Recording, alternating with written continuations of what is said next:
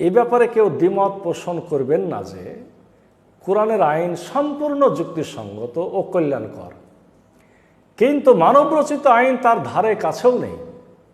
আর কোরআনের আইন যে মানুষের সমাজকে অপূর্বভাবে কল্যাণময় বা শান্তিময় করতে পারে, তার বাস্তব কয়েকটি প্রমাণ হলো: এক, রসুল সাল্লাল্লাহু আলাইহি সাল্লাম ও খোলাফায়ে রাশেদার যুগ। রসুল সাল্লাল্লাহু আলাইহি সাল্লামের মদিনা শরীফে হিজরতের পর থেকে পৃথিবীতে কোরআনের আইনের বাস্তব প্রয়োগ শুরু হয়। ওই সময় থেকে খোলাফায়ে রাশেদার যুগ পর্যন্ত পৃথিবী কোরআনের আইন পুরোপুরি চালু থাকার সুফল দেখেছে। ওই সময় মানব সমাজ কি অপূর্ব শান্তিময় ছিল, আমরা তার কয়েকটি দৃষ্টান্ত পেশ করতে চাই।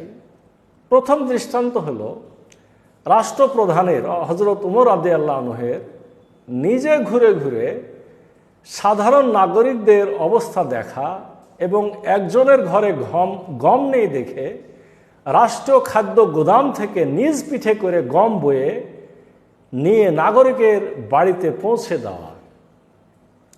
এক্ষেত্রে আমরা দ্বিতীয় দৃষ্টান্তটি হলো সাধারণ নাগরিকদের পক্ষ থেকে রাষ্ট্রপ্রধানকে অর্থাৎ খলিফাকে জনসম্মুখে সরাসরি জিজ্ঞাসা করা, সরকারের দেওয়া কাপড় তাদের অর্থাৎ নাগরিকদের তুলনায় অধিক তিনি কিভাবে পেলেন, আর রাষ্ট্রপ্রধানের হযরত ওমর রাদিয়াল্লাহু আনহুর অসন্তুষ্ট না হয়ে সে প্রশ্নের সন্তোষজনক উত্তর দেওয়া।